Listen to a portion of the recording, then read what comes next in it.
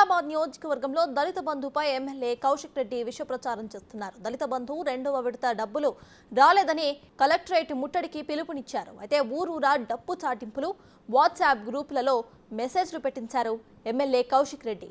నిధులు లేకపోవడంతో గత ప్రభుత్వం దళిత బంధు డబ్బులు విడుదల చేయలేదు. హుజూరాబాద్లో 4,000 కుటుంబాలు దళిత బంధు కోసం ఎదురు చూస్తున్నాయి.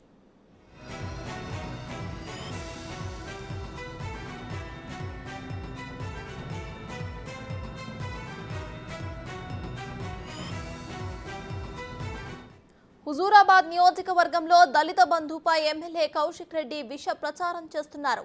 దళిత బంధు రెండవ విడత డబ్బులు రాలేదని కలెక్టరేట్ ముట్టడికి పిలుపునిచ్చారు. ఊరూరా డప్పు చాటింపులు, వాట్సాప్ గ్రూపుల్లో మెసేజ్లు పెట్టించారు ఎమ్మెల్యే కౌశిక్ రెడ్డి. నిధులు లేకపోవడంతో గత ప్రభుత్వం దళిత బంధు డబ్బులు విడుదల చేయలేదు. హుజూరాబాద్లో 4,000 కుటుంబాలు దళిత బంధు కోసం ఎదురు చూస్తున్నాయి.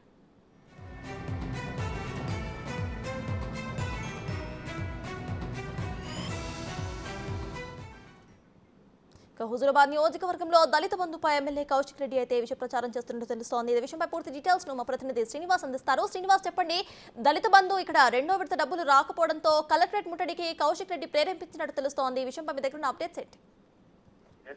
ఈ రోజు కరీంనగర్ కలెక్టరేట్ కు ఇటు హుజూరాబాద్ లోపల ఉన్నటువంటి దళితులు తమకు దళిత బంధు రెండో విడత డబ్బులు మంజూరు కాలేదని చెప్పి పెద్ద ఎత్తున కూడా ధర్నా చేయడానికి ప్రయత్నం చేసినటువంటి పరిస్థితి కనబడుతుంది. అయితే వీళ్ళంతా కూడా జమ్మికుంట హుజూరాబాద్ నుంచి కలెక్టర్ కార్యాలయం లోపల ఫిర్యాదు చేయడానికి ఈరోజు సోమవారం కావడంతో ప్రజావానికి ఫిర్యాదు చేయడానికి రావడం కూడా జరిగింది. అయితే వీళ్ళంతా కూడా మొదటి విడత లోపల 5 లక్షల రూపాయలు మంజూరయ్యి రెండవ విడత లోపల మిగతా 3 లక్షల కోసం వెయిట్ చేస్తున్నటువంటి దళితులు. అయితే వీళ్ళని కావాలని అక్కడ హుజూరాబాద్ ఎమ్మెల్యేగా ఉన్నటువంటి కౌశిక్ రెడ్డి వీళ్ళందరినీ ఇటు కరీంనగర్ లోపల ధర్నా చేయడానికి ప్రేరేపించినట్టుగా అయితే తెలుస్తుంది. అయితే దళిత బంధు రెండవ విడత డబ్బుల పైన ఇటు ప్రభుత్వం పైన ఒత్తిడి తీసుకురావాలని చెప్పి వాట్సాప్ గ్రూపుల లోపల ఇటు మెసేజ్ పెట్టడం కూడా జరిగింది. అదేవిధంగా పలు గ్రామాల లోపల రేపు అందరూ దళిత బంధు ఎవరైతే లబ్ధిదారులు ఉన్నారో వాళ్ళందరూ కూడా కలెక్టరేట్ కు రావాలని చెప్పి ప్రతి గ్రామం లోపల ఊర్ల ఇటు డబ్బు సాటింపు చేసినట్టు కూడా తెలుస్తుంది. అయితే హుజూరాబాద్ నియోజకవర్గం లోపల ఇటు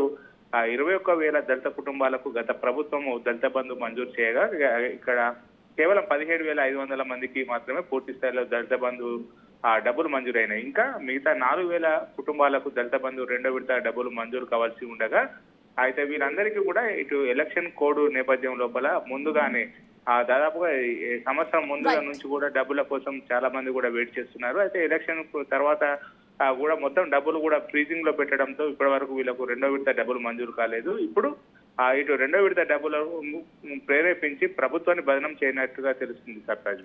రైట్, థాంక్యూ శ్రీనివాస్.